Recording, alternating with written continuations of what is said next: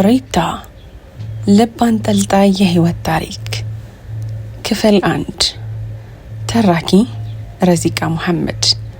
ለሚስክ ዩቲዩብ ቻናል አዲስ ከሆናችሁ ላይክ፣ ሼር፣ ሰብስክራይብ በማድረግ ቤተሰቦቼ እንድትሆኑ በአክብሮት ተጋብዛለሁ። ቪዲዮውን ላይክ በማድረግ ይጀምሩ።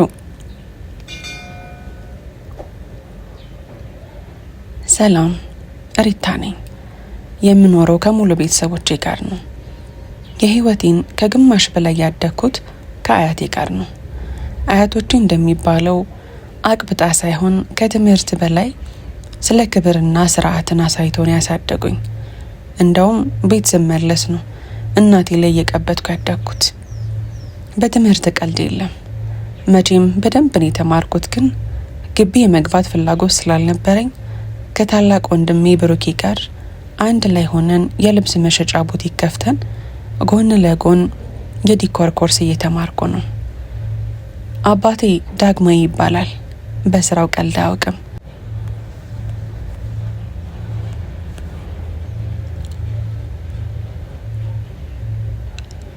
እሱም ልክ እንደ አያቴ በክብሩ ቀልድ አያውቅም። መንገድ እንዳልስት ይመክረኛል። በዛው ልክ ደግሞ ለፍላጎቴ ራሴን እንዳዳምጥ እየነገረ በነጻነት ነው ያሳደጉኝ። ለዛም ነው አሪፍ ውጤት ይዤ ግቢ አልገባም ስለ ተቀበለኝ። እናቴ መስከረም ደግሞ እንደ ስሟ መስከረም አንድ ቀን የተወለደች ቆንጆዬ ሴት ናት። እቃ ለመግዛት ምናምን ካልሆነ አባቴ ከቤት ስትወጣም ደስ አይለው። ስራ መስራት ካቆመች 10 ዓመት አካባቢ ይጠጋል። ሁለቱም ሲተዋወቁ አነስተኛ ኑሮ ነበራቸው። አብረው ሰሩ፣ አደጉ፣ ተቀየሩ። ሁሉ ነገር ሲሟላላቸው አባቴ ይሰራል፣ እናቴን የቤት እመቤት አድርጎ እየኖረን ነው። ታላቅ ወንድሜ ብሩኬ ደግሞ የኦንላይን ስራ እየሰራ ጎን ለጎን እኔን እያገዘኝ ይገኛል። ከሚባለው በላይ ኩርት ያለና ቆንጅዬ ነው በጣም። ታናሽ እህቴ ሊዲያ የቤቱ ውብ ሴት ናት። የ6ኛ ክፍል ተማሪ ስትሆን እኔን የምታስንቅ ጎበዝ ተማሪና ምርጥ ሰዓሊ ናት። እንግዲህ ቤተሰቦቼን በዚህ ልክ ካስተዋወቅኳችሁ ይበቃል። የኔ ህይወት ከአስተዳደጌ ጋር ብዙም አይሄድም። ሳላስበው በጣም አስቸጋሪና አሰቃቂ ህይወት ውስጥ ራሴን አገኘሁት። ጥልቅ ሐዘን፣ በሚወዱት መፈተን፣ እስር ቤት፣ ለቅሶ ከህይወት ፈተናዎች ጥቂቶቹ ናቸው። ገና ወጣትነትን እየጀመርኩ ባለሁበት ነው መፈተን የጀመርኩት። ከወንድሜ ጋር በምንሰራው ስራ በጣም ትርፋማ ሆነናል።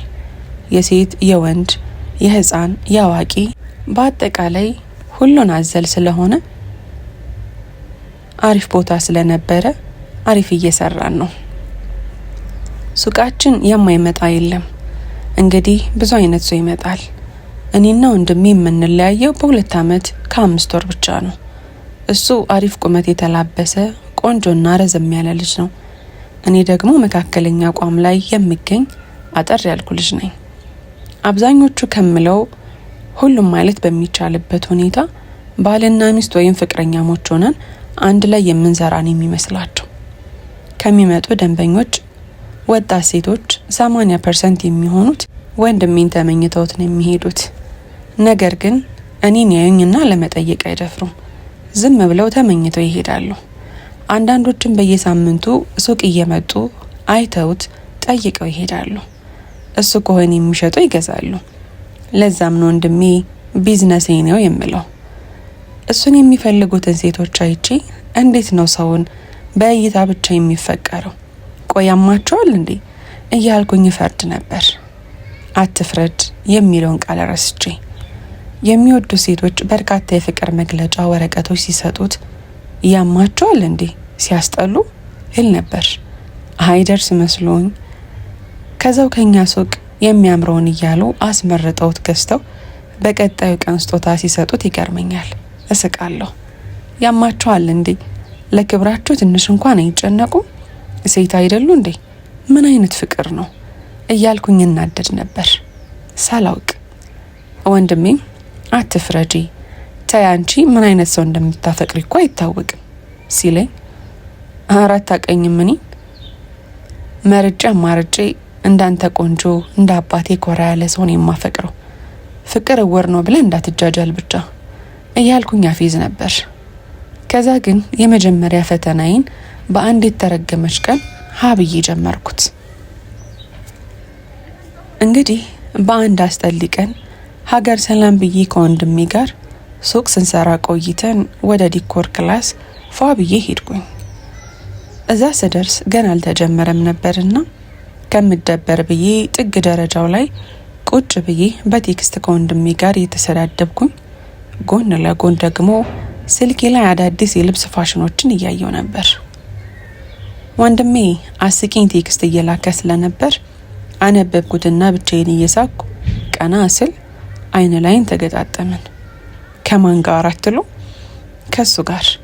የመጀመሪያ ፍቅሬ ናውድ ጋር ተያየን። በመጀመሪያው ቅጽበት በአንድ እይታ የልብ ምቴን አበዛው። መጀመሪያ ላይ ባላየ ለማለፍ አይኔን ለመንቀል ብሞክርም ከሴኮንዶች በኋላ እዛው አገኘዋለሁ። ደሞ እኮ እኔ ብቻ ባየው እሺ፣ እሱን ፍጥጥ ብሎ እየተመለከተኝ ነበር። ተረጋጊ ሪታ፣ ተረጋጊና ሀሳብሽን ሰብስቢ እያልኩኝ ለራሴ ስነግረው ነበር። አማርጬ መርጬ ስለ የነበርኩት ልጅ በሱ ፍቅር ወደቅኩ አልኳችሁ። ደስ የሚለው እሱ ወደ እኔ መጣ እንጂ ብሄድ እንደምከተለው እርግጠኛ ነኝ። ግን ወደ እኔ መጣ። አይናችን እየተያየ አጠገቤ ደረሰ። ያመዋል እንዴ ይለኛል የሆነ ልቤ ደግሞ ወይኔ ሲያምር ይለኛል። ግን እኮ አያምርም፣ የወንድ አቋም አለው፣ ቀይ ነው። ሪታ ደግሞ ቀይ ሰው አትወድም። ታዲያ የትኛው አሽቃባጭ ልቤ አይኑን እንደተከለ ፈጣሪ ወቀው። ቀጥታ ሲመጣ ፈዝዥ ሳየው ትንሽ ፈገግ አለና የሆነ ቦታ አቅሻለሁ ልብል አለኝ። ትንሽ ለመኮሳተር እየሞከርኩኝ አይ አታቀኝም ብዬ መልሼ ወደ ስልኬ ትኩረት ይመለስኩ። የምር አውቅሻለሁ አለኝ። ፈጣሪ ሆይ የት ነው የሚያቀኝ? አሞል እንዴ ከኔ ራቅ ባክ እያልኩኝ በልቤ ለፈለፍኩ። የት ነው የምታቀኝ አልኩት ፍጥጥ ብዬ። ግን ያው ከልብስ ቤቱ አያልፍም ብዬ አላስታውስም። ግን ሳስበው ሰማይ ላይ አለኝ። ወይ ጉዴ ምንድነው የሚያወራው? እብድ ነው እንዴ እያልኩ እያሰብኩኝ ማለት አልኩት መልሼ። ማታ ማታ የምትወጁ ጨረቃ ወይም ኮከብ አንቺ ነሽ አይደል? አስታወስኩ ብሎ እግር ያለ ቀልዱን ለቀቀብኝ። በሰዓቱ እንደ ጀማሪ ትንሽ ተሽኮርመሜ ፈገግ ማለት እያማረኝ ነበር። ግን ምንም እንደማያስቅ አስመሰልኩኝ። ናውድ እባላለሁ ብሎ እጁን ዘረጋ። እሱን መንካት አልፈለኩም፣ ግን ላገረጣውም ስላልፈለኩኝ ሰላምታውን መልሼ ሪታ ብዬ ጥዬው መሄድ ጀመርኩ። ልብ በሌሊት እባብ እግሩ ላይ እንደተጠመጠመበት ሰው እግሬ መተሳሰር ጀመረ። አትሄጂ ቢለኝም እንደምንም ራሴን እያሳመንኩ ክላስ እንደመጣው ረስቸው ቀጥ ብዬ ወደ ወንድሜ ሮጥኩኝ። እዛ ስደርስ የወንድሜ ፍጥጫ ጥያቄ መመለስ እስኪከብደኝ ድረስ እየተርበተበትኩ ነበር። ደንግጫለሁ። የማላውቀው አዲስ ስሜት እያስተናገድኩ ነው። በጣም ከባድ ስሜት እየተናወጠብኝ ነበር፣ እንዲሁም ፍራቻ። እህቴ ምን ሆንሽ ደግሞ? አረ ምን ተፈጠረ?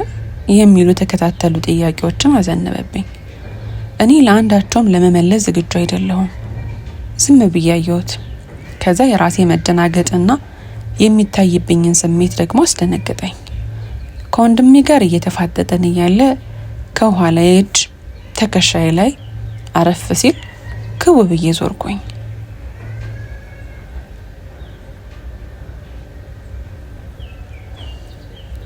ሳላስበው ቅጥን ቀብጥ ያለች ቀጭን የሪታ ጩኸቴን ለቀኩትና ዞርኩኝ። ስዞር ግን ወደ ኋላ የምትሸሸውን የብዙ ጊዜ ደንበኛችንን ያየሁት።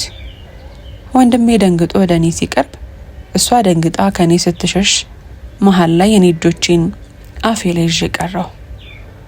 አየኔ ነገር ልጁን በጣም ከመፈለጌ የተነሳ ተከትሎኝ እዚህ ድረስ እየመጣ እንደሆነ አስቤ እኮ ነው።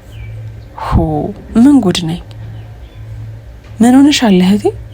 ብሎ ወንድሜ ጭምቅ አድርጎ ሲያቅፈኝ ነው ከነበርኩበት ሰመመን የነቃሁት።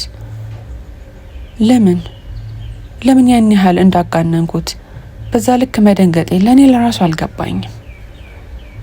ወንድሜ ይቅርታ፣ ደንግጬ እኮ ነው። ሰኒ ይቅርታ አድርጊልኝ ብዬ ፈገግ አልኩና ወደ ልብስ መሞከሪያው ገብቼ በደንብ ተንፍሼ 4-5 ጊዜ ጭንቅላቴን ከእጆቼ ጋር አጋጭቼ ያልመጣብኝን እየሳኩ ለመምሰል 32 ጥርሴን እያሳየ ወጣሁ። ምን ሆነሽ ነው ሪታ አለኝ ወንድሜ አሁንም ደንግጧል። አንተ በኋላ እነግርሃለሁ። በሳቅ ለመፍረስ ተዘጋጅ ምናምን ብዬ በቀልድ አሳመንኩት። እሱም በቃ የሆነ ነገር አድርጋ ነው ብሎ ችላለኝ። ከስተመራችንን በእንክብካቤ አስተናግደን የድንጋጤ ድባቡንም ማጥፍተን ሸኘናት። እኔ ከላይ ብስቅም በውስጤ ለወንድሜ የምነግረውን ውሸት ሳስብ ሳንሰላስል ነበር የቆየሁት። ግን ሌላ አማራጭ የለኝም። ከዛማ ልክ ቤቱ ጭር ሲል አንቺ ጉደኛ ደግሞ ምን አድርገሽ ነው? ለምን ክላስ ቀረሽ አለኝ። በዛ ሰዓት ውሸት ከየት እንደመጣልኝ አላውቅም። ክላስማ ከወጣው በኋላ ዛሬ የለም እንደዛ ላሉ መሰለ አልኩኝ እየተናደድኩኝ። እሺ እንደዛ መጣ እንደመጣባት ሴት እንደዛ የጮሾስ ምንድነው አለኝ። እሱማ እየመጣው መታጠፊያው ጋር ስደርስ ስልክ የሆነ የሚያስፈራ እብድ ቀጥ ብሎ ወደኔ ሲመጣ ደንግጬ እዚህ ድረስ ተከትሎኝ የመጣ መስሎኝ እኮ ነው አልኩት። ወንድሜ ውሸት በጣም ነው የሚጠላው በጣም። ለዛ እኔ ውሸት እንዳልዋሽ እየተነገረኝ አድጌ አውግዤ የኖርኩት ልጅ እዛ ቦታ ላይ ውሸቴን ስተረትር ግን የተካንኩ ነበር የሚመስለው። ምንም ብለው የሚያምነኝ ወንድሜ ደግሞ የምር መስሎት እየሳቀ ራስሽ ፈርተሽ ነው ታዲያ ብሎ ቀልዶ እኔም ትንሽ ደብድቤው በዚህ ሁኔታ አለፈ። ወደ ቤታችን ተመልሰንም የእናቴን ጣፋጭ ምግቦች አጣጥሜ ከጨረስኩኝ በኋላ መኝታ ቤቴ ገብቼ ፈጥጬ ቁጭ እንዳልኩ ነው። እስከ ዛሬ ቤት እንደገባው ወይ ሻወር ወስጄ በልቼ ታጥቤ አዳዲስ ልብሶችን ስፈልግ ፋሽንን ሳስብ ወይ ዲኮሩን ለማሳመር ስሞክር የምታይ ልጅ እንደ ጅል አፍቃሪ በልቼ ገብቼ ቲክቶክ እና ኢንስታግራም ላይ ናኦድ ብዬ ሰርች ያደረግኩ መፈለግ ጀመርኩኝ። አየኔ ነገር። ከዛ እነሱስ ምን ጨነቃቸው? ናኦድ የሚባሉ ከ10 በላይ አካውንቶችን ይደረድሩልኛል። ሰው ትንሽ ተረጋጋው መሰለኝ። ስልኬን ዘጋሁና ወደ ራሴ ለመመለስ ለጣልኩኝ። በቀጣይ ቀን በጥሩ ሙድ ተነስቼ ቁርስ በላልተን ከወንድሜ ጋር ወደ ስራ ሄድን። ሙሉ ቀን ዲኮር ክላስ የሚሄድበትን ሰዓት ስጠባበቅ ቆይቼ ለ10 ሰዓት ኮርስ ወንድሜን 7 ሰዓት ላይ ክላስ ቶሎ መድረስ አለብኝ ብዬው ራሴን በመስታወት አይቼ ወጣሁ። የምማርበትና የስራ ቦታዬ ያን ያህል ሩቅ አይባልም። 30 ደቂቃ ቢፈጅ ነው በዛ ቢባል እና ሳላስበው ቶሎ ደረስኩኝ። ቶሎ መድረሴ ላይ ሳይሆን ሐሳቤ እዚህ ይሆን የት ይሆን የት ተደብቆ ያየኝ ይሆን እያልኩ ነበር። ትናንት ስልኬን ሊጠይቀኝ ሲል ቢሆንስ ጥየው የሄድኩት ሳናድድ እያልኩኝ ብቻ የማወራት ጀመርኩ። የጠሉት ይደርሳል ነው መሰለኝ። ለኔ መቼም ብዬ የተከራከርኩበትን ረስቼ እንደ ጅል አፍቃሪ ሆኜ ያረፍኩት። ግቢ ውስጥ ተማሪ ባለመኖሩ እስኪሰባሰቡ ብቻዬን 2 ሰዓት አካባቢ ቁጭ ለማለት ተገደድኩኝ። ያ የመጀመሪያ ቅጣቴ ሆኖ አረፈ። ተማሪ መሰባሰብ ጀመረ። ወደ ምንማርበት አዳራሽ መግባት ጀመሩ። ግቢ ውስጥ ከማንም ጋር አለመግባባቴ ሳልፈልግ ኮስታራ አድርጎኛል። መቼም ፊቴን ዘብዝፌ ግንባሬን ቋጥሬ ወደ ክፍሉ ገባሁኝ። ተማሪው ገብቶ እስኪያልቅ ውጭ ስለነበርኩኝ ልጁ በቃ ትላንት አጋጣሚ ነበር አይቼ የማላቀው ተማሪ ሲሆን መጠርጠር ነበረብኝ። ትሽ እያልኩኝ ነበር የገባሁት። እናም ልክ እንደ ሁል ጊዜው ምንም ቃል ሳላወጣ ጥጌን ይዤ ቁጭ ብዬ ቀና ስል ናኦድን ስለ ዲኮር ውበት ስልጠና ከሰጠችን ሃይማኖት አጠገብ ቆሟል።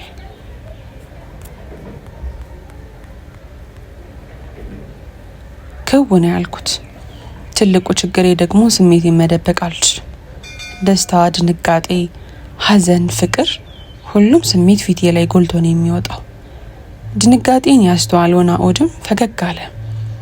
ሲስቅ ተደናገጥኩኝና ገብቼ ቁጭ አልኩ። እንዴት ነው ከዚህ ጋር አንድ ላይ የምማረው?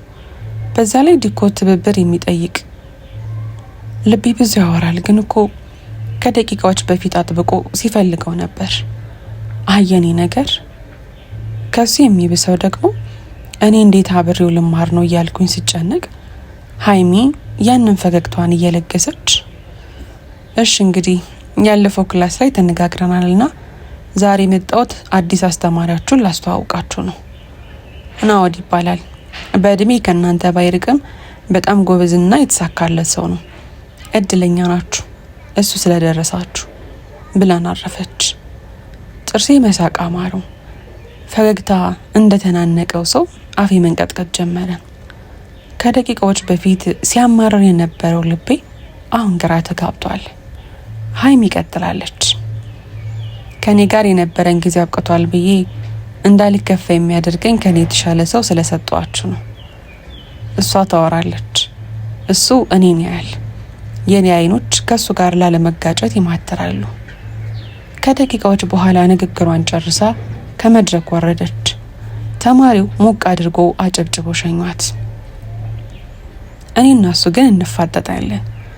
ተማሪው እስኪረጋጋ በዝምታ ጠበቀና ክፍሉ ዝም ሲል ጠብቆ በዛ በሚያምር ድምፁ ፈገግታ እንደምሮበት እንግዲህ ብሎ ገና ወሬ ሲጀምር ልቤ ላይ የኤሌክትሪክ ንዝረት ሲፈጠር ተሰማኝ። የሆነ ሰላም ይሰጣል ድምፁ። በፈጣሪ ስም እንዴ ልባችን እንደፈቀደ ከተሰማው ግን እሱም ቀጠለ። አብዛኞቻችሁ ጋር ትላንት በትንሹ የተዋወቅን ይመስለኛል። የቀራችሁት ደግሞ ዛሬ ብንተዋወቅ ደስ ይለኛል። ወይ ድምፁ፣ አቤት ፈገግታ! ደሞ እኮ ሴቶቹ እንዳለ እንዴት እንደሚያዩት ሆ ገና ለገና ከሱ ጋር ለማውራት ይመስል ሴቶቹ እንዳለ እየተነሱ ስማቸውንና ተጨማሪ ስራቸውን እየነገሩን ቁጭ አሉ። ሁሉም ጨረሱ። እኔ ግን አሁንም ለማውራት አልፈለኩም። በዝምታ አንገቴን ደፍቼ ተቀመጥኩኝ። ቀጥሎ ወደ ማስተማሩ ይገባል ብዬ ስጠብቅ እሺ እዛ ጋር እህቴ ራስሽን አስተዋውቂ አለኝ ፈገግ ብሎ። ለምን እንደሆነ ባላቅም እህቴ ስላለኝ በጣም ተናደድኩ። የት ያውቀኛል? የምን እህት ነው ደነስ አልኩኝ በቀስታ። ማውራቴንም ባላቅም ሳጉረመርም ይቅርታ አለ። አልሰማሁሽም አይነት ነገር ሪታ ብዬ ዝም አልኩ። ለሌሎቹ መልካም ሲል ቆይቶ ለኔ ሲሆን በጣም ደስ የሚል ስም አለና ፈገግታውን ሞቅ አደረገ። ውድና የተከበራችሁ የሚስኪ ዩቲዩብ ቻናል ተከታታዮች ክፍል 2 ይቀጥላል። ታሪኩን ከወደዳችሁት ላይክ፣ ሼር፣ ሰብስክራይብ ማድረጋችሁን እንዳትረሱ። በቀጣይ ክፍል እስከምንገናኝ ድረስ በያላችሁበት ቀንና ሌላችሁ ሸጋ ይሁንልኝ።